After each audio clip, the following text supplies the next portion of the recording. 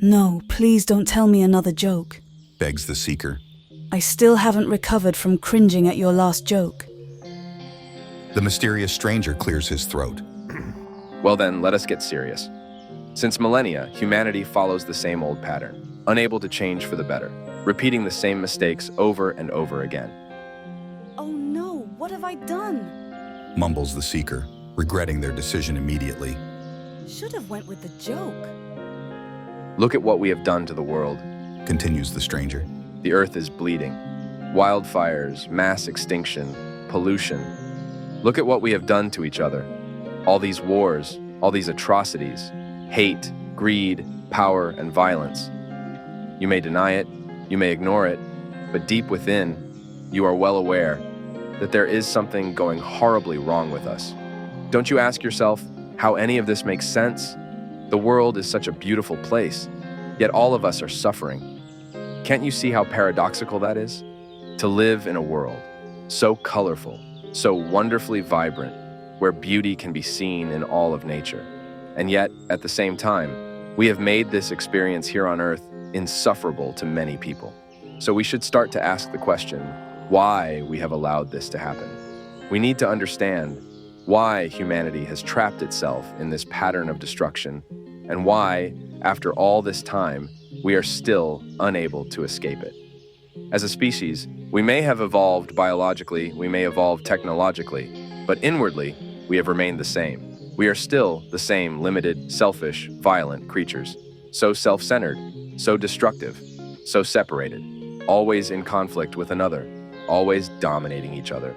We are selfishly running from our fears and chasing our desires without caring about the harm we are causing to another and to Earth.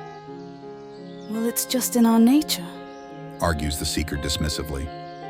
It's not like there's anything we can actually do about this. Ah, yes. The same old excuse we have been telling ourselves since generations. There's nothing we can do, so there's no reason to even question it. So we just keep on ignoring our inherent problems, because thinking about them is uncomfortable. Listen, Seeker, it's about time we face reality. If we continue on this path, we both know how the story of humanity will end. Surely the Earth will at some point regenerate from all of the damage we have done. Certainly, after a couple of millennia, the climate will balance itself out. Nature will adapt, but it will do so without us. This might be for the better. Suggests the Seeker. You yourself just listed some of the reasons. We are parasites. It's better to cut off an arm before the sickness spreads to the entire body. And you just simply accept that. Questions the mysterious stranger. So you may believe that these reoccurring patterns are just in our human nature, that they are set in stone, but let's look at it objectively. Even as humans, we are simple mammals. We are part of the animal kingdom, just like any other ape or homini. But why aren't any other animal species as destructive as we are? Why is nature in balance while we cause unbalance? Why is the universe in complete order while we are causing disorder? What is the root of our collective and individual problems? I don't know, Sighs the tired Seeker. and I don't care. It might be in our genes. It might be in our culture. It's not like we could change anything about this. No matter what we try, humanity never changes. So why even go through the trouble? It's too late anyway. You can't see it. I wish I could show it to you.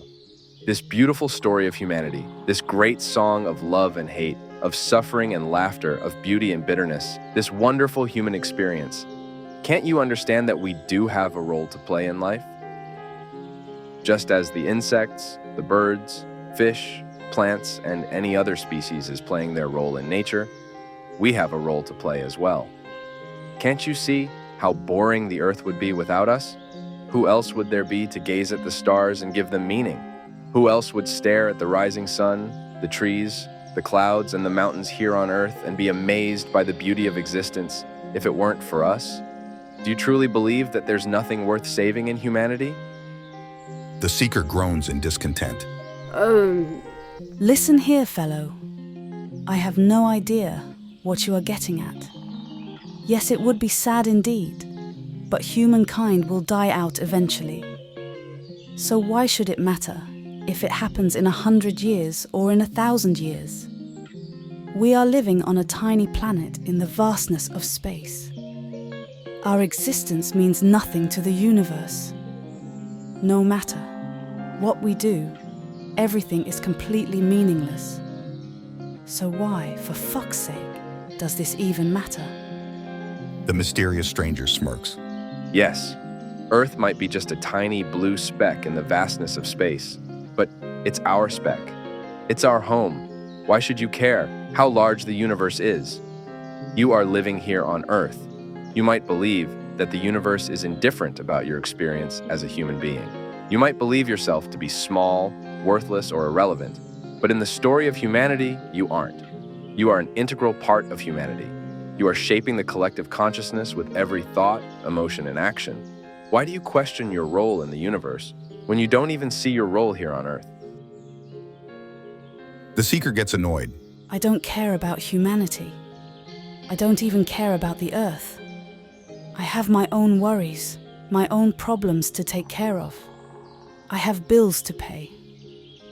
So why should I even make the effort? The stranger closes his eyes and takes a deep breath. Have you ever wondered, dear seeker, whether your individual problems may be related to our collective problems?